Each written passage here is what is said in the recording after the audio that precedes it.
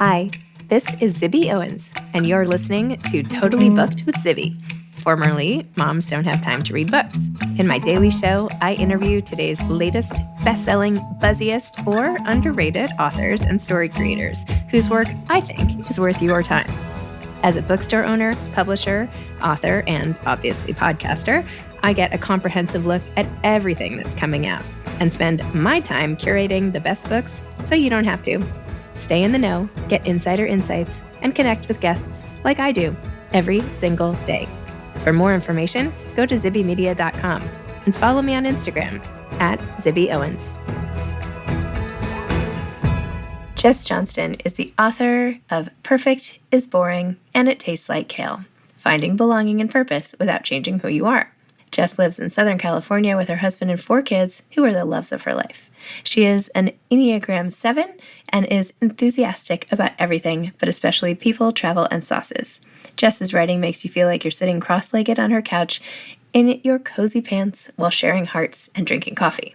She is the co-author of the Wall Street Journal bestseller, I'll Be There, But I'll Be Wearing Sweatpants, and has been a top contributor to publications such as HuffPost, Scary Mommy, and Motherly. Welcome, Jess. Thanks so much for coming on Totally Booked with Zibby to talk about Perfect is Boring and It Tastes Like Kale, Finding Belonging and Purpose Without Changing Who You Are. Thank you. Thank you so much for having me.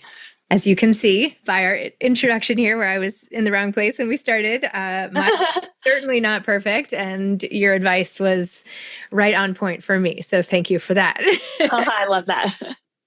Why don't you tell listeners what your book is about? My book is really about my own journey with perfectionism and also just realizing how powerful it is when we find out we're not the only one struggling through life, making mistakes, not hitting this invisible mark that feels no matter where we reach is going to always be out of reach.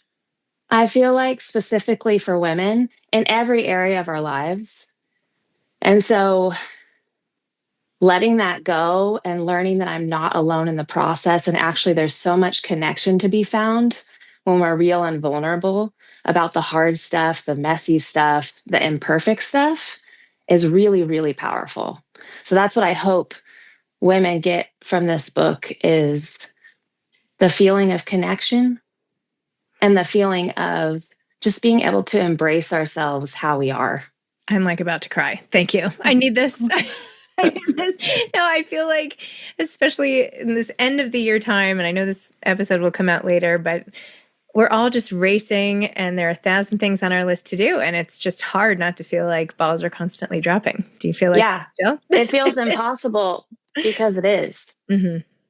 Like this never-ending list that we have, it is impossible. Great. Well, I'm glad we're clear on that. Can I read a section or two? Yes, yes.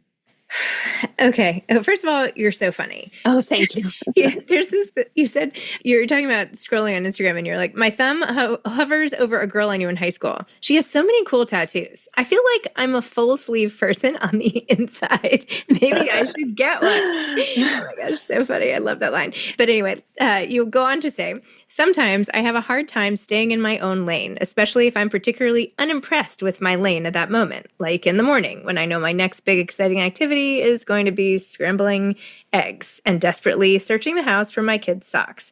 I don't know if I should say this out loud, but sometimes my life is a little boring, so I get distracted by someone else's life. And then I get stressed out because their life also seems hard to achieve. My lane is where my peace is. I know that. It's just that it's also where the laundry and the dishes are.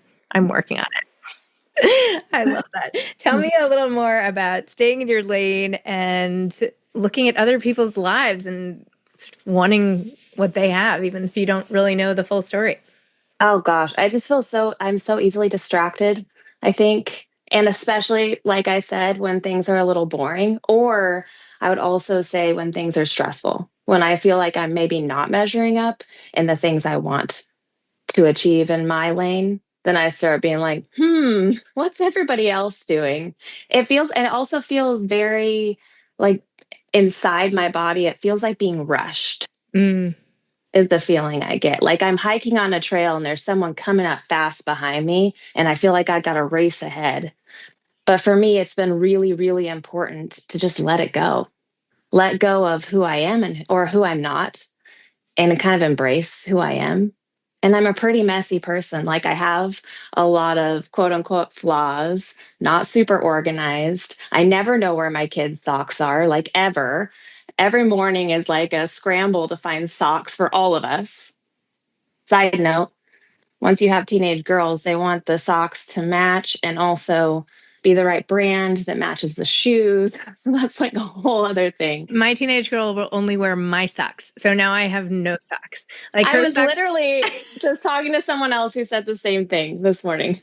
Yeah. Finally, I just found a pair of her socks this morning and I was like, ha, take that, Lululemon socks. I'm taking them for me. Yeah.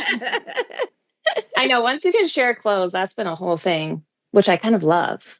I love sharing clothes. Yeah. And I have friends that have those strengths, or I see people who clearly have like these perfectly curated houses, clearly very organized. And so then it's really easy to start being really hard on myself. But I'm just in a place in my life where I want to let that go. Like, I'm probably not going to know where all the socks are, maybe ever.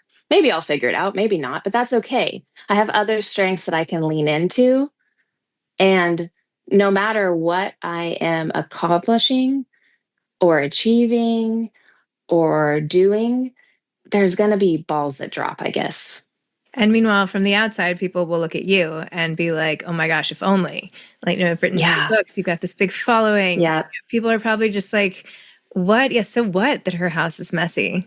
Like, Right. why is that the thing that you have determined will measure your success? Right. But it's so empowering when we realize that we all have that stuff. It doesn't matter who you're looking at, Mm-hmm. they have stuff that they feel like they're dropping or it's not meeting the mark. And I love that you found real validation through a close girlfriend because, my gosh, what would we do without our girlfriends? Yes. And that you said something like, I'm a mess today or whatever. And she's like, great, I still love you when you're a mess, or it doesn't matter what your house looks like, or It was whatever. like totally, It's it's true. ridiculous. It was totally mind blowing to me. I think it specific, like I was, my house was a mess. I was a mess emotionally. I'm like, I'm not going to be fun today. I'm just all kinds of chaotic and overwhelmed. And she was like completely unimpressed with my whole list of things that I'm failing at, quote unquote. And I was like, I like you when you're fun and not fun. I like you when you're a mess, when you're not a mess. And that's just like the most freeing thing. These could be greeting cards. Yes, yes, they totally could. Anti-perfectionist greeting card. Yes, yes, I love that. Here, let me jump to another section. I like every other page here is dog-eared. Here's another one. You said when we moved twice 3 years later and landed in a town where the high school had more than 2,000 kids, I felt like I was drowning. I was just a face, just a body taking up space, just one awkward teenager in a herd of teenagers. There were a few people who took the time to notice, offering me a lifeline I was in desperate need of. One was the woman who ran the writing center. She encouraged me in my creative writing process, letting me know she saw me and heard me. Talk about when you found writing to be helpful for you and how it has Oh, continued to be. oh man, I think that started as a little girl. I remember books, like reading was always such a huge thing for me. And I remember, for some reason, I remember cutting up this lined paper into little squares and then writing like a teeny tiny book in like third grade. But I was also super overwhelmed by it. Even as like a kid, I was like, this is going to be so hard. Like, I have to write a whole story or 150 pages or 300 pages. But it was always just a language that gave a way of communicating that really unlocked something in me, an ability to express what was going on inside that I just really fell in love with. I probably fell in love with it the most in high school because I was really struggling. I was really lonely. I started to get friends in my senior year, but I really didn't have like a tight knit community. So I did really feel lost and alone. And that was definitely a saving, like a lifeline for me. So when people are feeling at their most alone, aside from writing, and when they are feeling the most self, when they're feeling the hardest on themselves, how can you get other people to do what you've done and say, like, it's okay. Like, I don't care about being, not that you don't care about being perfect, but how do we let go of some of those expectations? Mm. So, such a good question. First of all, I just like to say to every woman in the whole entire planet, like, it's okay. You're okay. No matter what the list says, no matter what you feel like you're failing at, I promise you're okay. And you're not the only one, whatever it is. But I think other, finding friendship based on vulnerability and that reality. And I really think that takes stepping out and kind of being honest with the things that we're struggling with. And it doesn't have to be these huge, deep things to start with either. It can very simply be, I was super frustrated this morning trying to get all my kids fed and I had a terrible morning. Or, it can be very, just admitting to someone else that it's not perfect and that it's actually hard sometimes and you feel like a failure in this area or that area. I have just found that to be what unlocks for me an ability to just like a sigh of relief.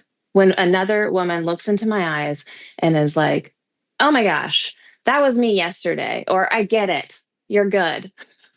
There's just nothing like, I think, getting out of my own head, getting out of your own head, because that can just be crushing. These cycles of thoughts and pressure can be crushing.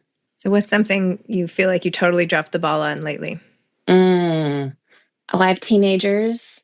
So I feel like all the time, I'm like, maybe I have 4 kids. I feel like all the time I'm like winning and connecting with maybe one or two of them. And then I need to work on my relationship with the other two. It's very hard. Like I'm missing it with my 14-year-old daughter, but okay, feels good with my 18-year-old son. And that's hard because I want to feel in a constant state of good and connection and making sure I know what's going on in their lives. And, you know, I literally, I also have 4 kids. And as I was putting one of them to bed last night, I was like, I feel like we didn't really connect this evening. mm-hmm, Like, because I had a mm-hmm, event and then I came home and then I was at my desk and she was doing her art project and da da da. And then she was reading and I was there. And I was like, we didn't like have a good thing tonight. And she's like, mm-hmm. that's okay. Like, we don't have to Yeah, I connect know. every second. Yeah, And she's like, I had a great night. Did you have a good night? And I was like, I did. And she's like, great. Good night. totally. So I also feel Totally. like sometimes we feel like we need to be giving more than maybe even the people want to be receiving. Absolutely. I remember a mom who was like a decade or two ahead of me in the process. She also had 4 kids. And she told me this story about when she had kind of a meltdown. Like she went through just a very difficult time emotionally.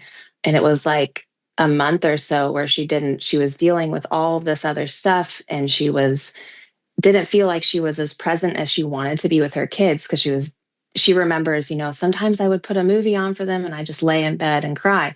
And when they were older adults, she asked them, like, do you remember that feeling so guilty? And her kids were like, yeah, that was awesome. We watched so many cartoons. Like their memory of it was not like terrible at all. It was completely fine.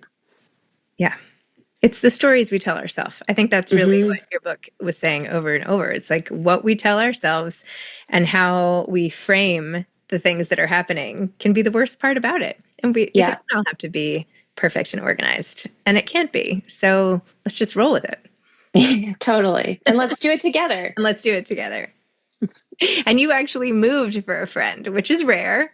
Talk about Yeah. that. Yes. Well, so our closest friends and us decided to move together. She's the one. She was the keeper. I had to keep her because she was the one who's like, I love you, messy or not messy or whatever. I'm like, okay. So we all decided we didn't feel settled where we were living at. We were living in Montana. Our kids were more little. But I was like, if we're gonna make a move, I want to do it sooner than later. And we had dinner with these friends one night and they were kind of feeling restless too. And we're like, what do you think about moving somewhere, but moving there together? And I don't know. They're like, let's do it. So we took a trip. Actually, some other friends joined in to see if they wanted to move too. And we got a little Airbnb where we live in Santa Barbara now. And that's where we got the little Airbnb and just kind of spent the week exploring, like, is this a place where we could see raising our kids? Does this feel like it could be home for all of us? And Santa Barbara really lures you in. It's very beautiful and sunny. And we're, of course, all like, yes, this is it. Absolutely. And so we did it. But it was amazing. As I moved a lot as a kid, I will say it was moving, it can always be difficult, but it was very incredible moving to a completely new place, but having friends with so much history that as you're struggling to find your way, you can be like, what do you have in your fridge? I have this in my fridge. You want to come over and just vent and talk about how it's going? So it was really wonderful. It's been almost 8 years now. Wow. And I saw you at Godmother's, of course. Yeah, I Best love that. up there. Oh my God. Oh, it's amazing. You're so lucky to have it. It's so great. And I loved your bookstore. Finally thank got you. to visit. Thank you. Wonderful. How do you go about growing your platform? Because you've also pulled that off along the way. What are some of the things that you have found most successful? Or is it just being really authentic and hoping people find you? How do you do it? That is a huge way that I've learned to stay in my lane. There was a lot of voices like, you need to do this, you need to do that. For me, what worked was really telling my truth, not in like I'm not like the most everything's out there vulnerable person on the internet, but just talking about what I'm dealing with in my life right now in whatever area it is. At the beginning, it was all about motherhood and the messiness of motherhood. Then I started talking more about friendship and how it can actually be very difficult to make and maintain friends as an adult. But yeah, speaking your own, something that really resonates with you, there's a big chance that it will resonate with others as well. And just to give kale a better rap than you gave it on the cover here. You were like, I actually don't even really mind kale. My friend was like, a newer friend was like, well, hang on, Jess. I actually really like kale. I'm like, okay, but are there things you like better, like cheese or chocolate? And she's like, all right, all right. Oh my gosh. Do you have another book coming in this now series? Not yet. I'm reeling right now a little bit. I'm like taking a moment, but I don't know if you feel this way, but it always feels like there's words inside of me. I just don't know where they're going to land. And I also feel like as my kids get older and are going to start leaving for college, this is a whole new landscape and all kinds of feelings and emotions I'm wrestling with now. So I don't know. The words are coming, but they're not quite there yet. Oh, the page will be waiting. Yeah. Not to fear. Jess, thank you so much. Thank you for all the reassurance that I found reading your book. I know others will feel the same way. Perfect is boring and it tastes like kale. Thank you so much for coming on. Thank you, Zibby. Okay, take care. Thank you so much. Thank you. Have a great Bye. day. Bye. Thank you for listening to Totally Booked with Zibby, formerly Moms Don't Have Time to Read Books. If you loved the show, tell a friend, leave a review, follow me on Instagram at Zibby Owens, and spread the word. Thanks so much. Oh, and buy the books.